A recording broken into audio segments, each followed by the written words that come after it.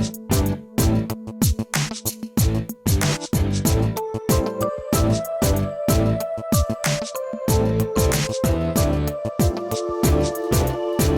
morning, everybody. Welcome to My Creative Time with Emma, and also welcome to a Friday tip of the day.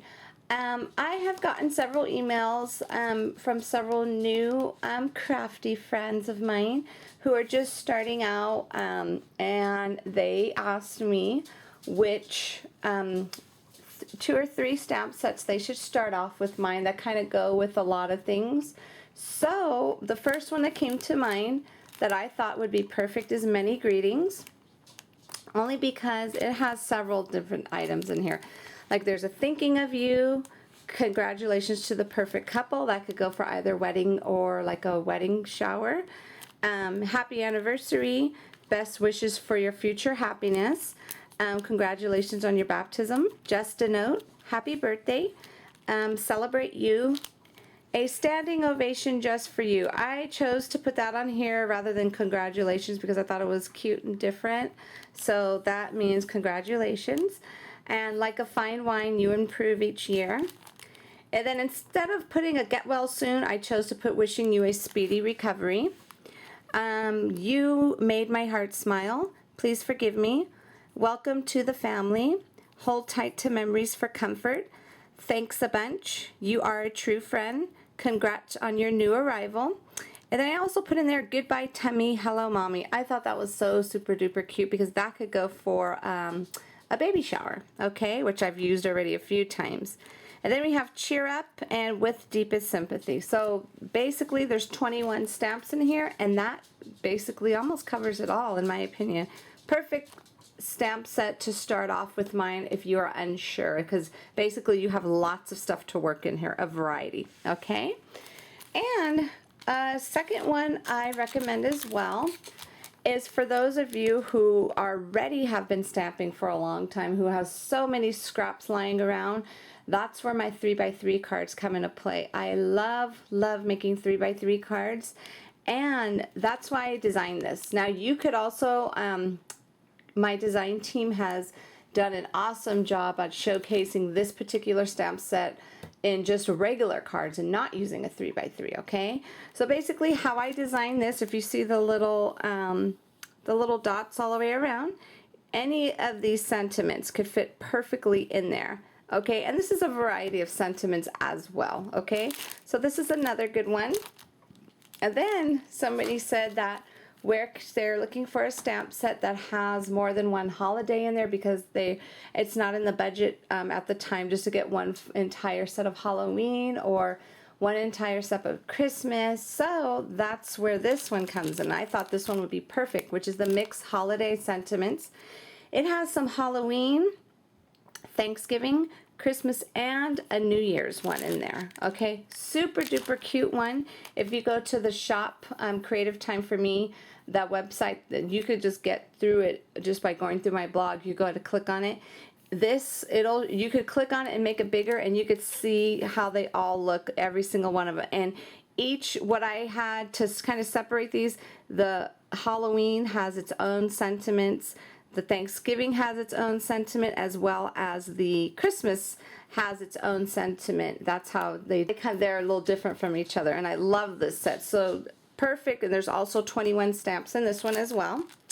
And then someone asked me about my beloved Peachy Keen stamps, okay? They said what would I recommend? Okay, now if you go to the Peachy Keen website, they have some awesome size charts there for you to determine what size works best for you. This is the Wide-Eyed Kids 1 1/8 inch. Now as you can see, the faces are a little bit bigger. So you could probably go with a little bit, and I don't know offhand the size these would go perfect with, but if you go to their size charts, if you go to their website, peachykeen.stamps.com, right at the top it'll say size charts. Click to that and it gives you a way better idea. But I seem to tend to always lean toward the assortment, only because, look at that. You never know when you're going to need a teeny tiny face. And then you'll never know where you're going to need like a medium size, and then versus a larger size right there. And each one of these sets come with a larger size, which I don't know, I feel like I've been going to Wide-Eyed Kids a lot lately.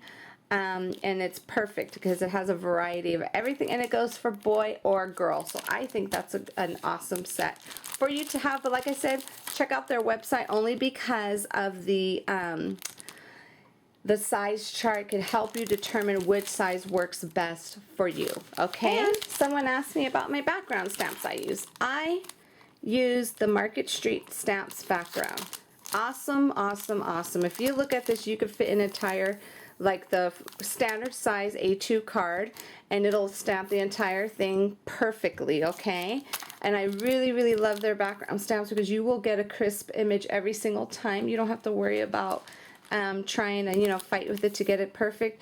It works. Just put something cushy underneath. You could use like a little, I use a little foam thing, which let me show you really quick here. I use this right here, a little foamy thing, and it, you know, you could get like it's like a little foam that kids use. You could get that at any Joann's, Michael's. You could also use a magazine just to have some kind of cushy right underneath, and perfect stamps. So those are available at marketstreetstamps.com. Okay, now another question I had was for, this is going to be for, and I might be boring the regular ones, the regular stampers out there, but the ones have been doing this for years. But I've also had questions about cards, okay? And this is also for my mother too, because she's going to start making cards now. She's getting that itch. So I basically want to show her as well as everybody else who's just starting out, okay? So basically what you could, if you're just starting out, the paper you put, and excuse this ripped one, I had a feeling it was ripped, of course, when I wanted to show it on camera. Basically, this is the cardstock I started out with. This is the Georgia Pacific white cardstock, and it says right there, perfect for scrapbooking. And this is 110-pound paper, and you can find this at Walmart, okay? That is good for your 8x10, okay? Now, another 8x10 cardstock that I use all the time as well is Paper Tray Ink cardstock, okay? And they're papertrayink.com. Now, of course, the difference between this one and the other one, this one's a whole lot thicker, okay? Lot thicker, and the prices are not, they're pretty reasonable for their cardstock. So everybody thinks they're expensive, but they're really truly not, because you get what you pay for. The quality is there, and I personally love thick cardstock. That's if you want to go. But like I said, the Georgia Pacific is perfect as well. And then another paper that you always want to have in hand is a craft cardstock. That's up to you if you're a crafty person. I love craft. I feel like I can't live without my craft, and I'm so glad I'm showing you this video only because I need to place another order because I only have one pack left, and that's a big no-no in my book. Okay, so basically, again, from Paper Tray Ink, craft cardstock. And then for a 12x12, if you're just starting out as well, I found this 12x12, it's let's see if you can see here, Colorblock, and it's a textured cardstock, and it's really, really nice because I believe you get 40 sheets in here, 40 12x12, and I want to say I paid $4.99 for it at Walmart, aka Wally World.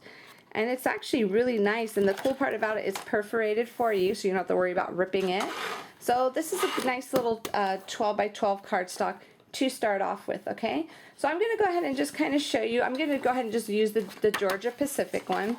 And then what you want to do is just have any kind of cutter will work. Now I basically use that big huge one that has a big handle on the side, but I figure I'm just going to use a regular one for today. So I think, let me make sure I have the correct one. I always get confused. Okay, I always get confused on that. I want to make sure the blade was in there. So now what you could do, out of one piece of cardstock, you could always make two cards. Okay, so which is your A2 standard cards. So what you want to do is just go ahead. Let me bring this little arm out here. That is your little ruler guide right there. So since your page is 8.5 by 11 across, what you want to do is just basically, now you know half of 11 is 5.5. So you just want to just, you know, line up this to 5.5, which will be right about there. Hopefully you can see that. If you can't see it, just know 5.5. Just look for 5.5, and that's where you're going to cut your paper in half. Okay. And then with the actual Georgia Pacific cardstock, since it's not as thick, you could just go ahead and fold it over, and then just make sure you have yourself a little handy dandy bone folder. So you could fold it over just like so, and then just go ahead and give yourself your little crease. I always use a bone folder because it just makes your creases that much nicer. Okay, and there you go. There goes. You'll be able to make 2 cards, and if you don't want to use your bone folder to do that, you just go ahead and switch your blade out and put in your little scoring blade. And then you're just going to go ahead and just measure, since it's 8.5 across, you're just going to go ahead and measure 4 1/4. So 4 1/4 would be, I believe, right there. Okay, and then you just use your little scoring blade. Not too, don't press down, don't give it too much pressure, only because this isn't, see how it gives you a nice little scoring thing right there? You don't want to poke a hole through it either, okay? And then you just go ahead and just use your little bone folder there again, and it gives you a perfect little card. So perfect little A2 size card. So you get 2 A2 size cards out of your 8.5 by 11 cardstock. Now, if you want to make it a different, now just know you could always do your cards where you can make it to open this way or this way. Now, if you want a longer card, which I kind of tend to lean towards as well, instead of cutting it this way, you want to cut it long ways here, okay? So what you want to do is just switch out your blades again, and then you're going to go ahead and just make sure it's at 4 1/4, okay? Which I believe is right there. You're just going to cut it right down the center, 4 1/4, because we know it's 8.5, okay? And then half of that is 4 1/4, okay? And then what you want to do is just go ahead and switch out your little blade, and then you want to, oops, why did I close the little arm? Let me move this out of the way. And what you want to do is go ahead and just measure it 5 1/2 again, because that's how long, it's 11 inches this way. So you just want to go ahead and give that a quick score. And then you just go ahead and use your bone folder and do it that. Now with your paper tray ink, I highly recommend using a scoring blade, or you can use your Score Pal or your Martha Stewart Score Pal, only because it is a thicker paper. Then you could have your cards this way and have it a little bit longer, okay? Okay, so that's it for the 8.5 by 11 paper, and I'm going to show you how many cards you could actually get out of a 12 by 12, depending on how you want them to be. I usually do, if I want to do a whole bunch of cute little note cards, I do 3 by 3s, okay? So now I could probably get, let's see, I think I could get, let's go ahead and see how many we could get right now. Okay, so just measure it at 3 inches right here, okay? Just make sure that shows 3 inches right there. So you're going to go ahead and just cut that one time. And then, uh-oh, you know what? Actually, I forgot to switch out the blade. That was my scoring blade. Okay, let's go ahead and do this again. Alright, so let's go ahead and just, there we go. Okay, so there goes a 3-inch card. So let's go ahead and do another one. And these are 3-inch cards are cute for little gift tags if you want to do little cute little cards. And if you're a guy starting out, you could attach this with your wife's flowers. A little card with the flowers, a little 3 by 3 card with the flowers would be absolutely perfect.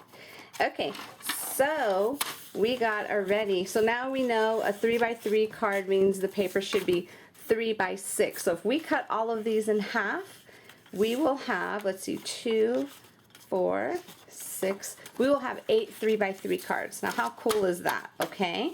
So I'll just go ahead and cut those out for you really quickly here.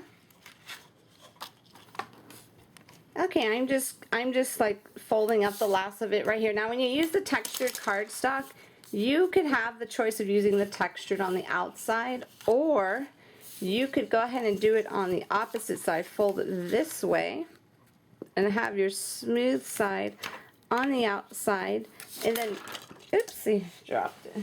Okay, and then you could have your smooth side on the outside and then your texture on the inside. It's totally entirely up to you. But isn't that cool? You could go ahead and make yourself 2 packs of 2 sets of 4 like little card sets for somebody out of one piece of 12 by 12 cardstock, and that's the 3 by 3 cards, by the way, okay? And then with your regular 8.5 by 11 paper, you could go ahead and have 2 cards out of that, okay? So anyways, that's basically, I'll go ahead and make a cute little card and have it on here for you, just for something for you to look at. So if you're watching over at YouTube, go ahead and go to my blog, www.creativetimeforme.com, and I will just show you a cute, simple card that I made. Basically, probably maybe just using one layer, you know, of something. So to show you easy, because just remember, less is more. You don't always have to have a whole bunch. You know, everybody's different. Everybody's style is different. You don't always have to have a ton of stuff on your card to make it look cute. You could just have like maybe 1 or 2 items and make it still look classy, okay? So anyways, everybody, I hope this helps some of you out there.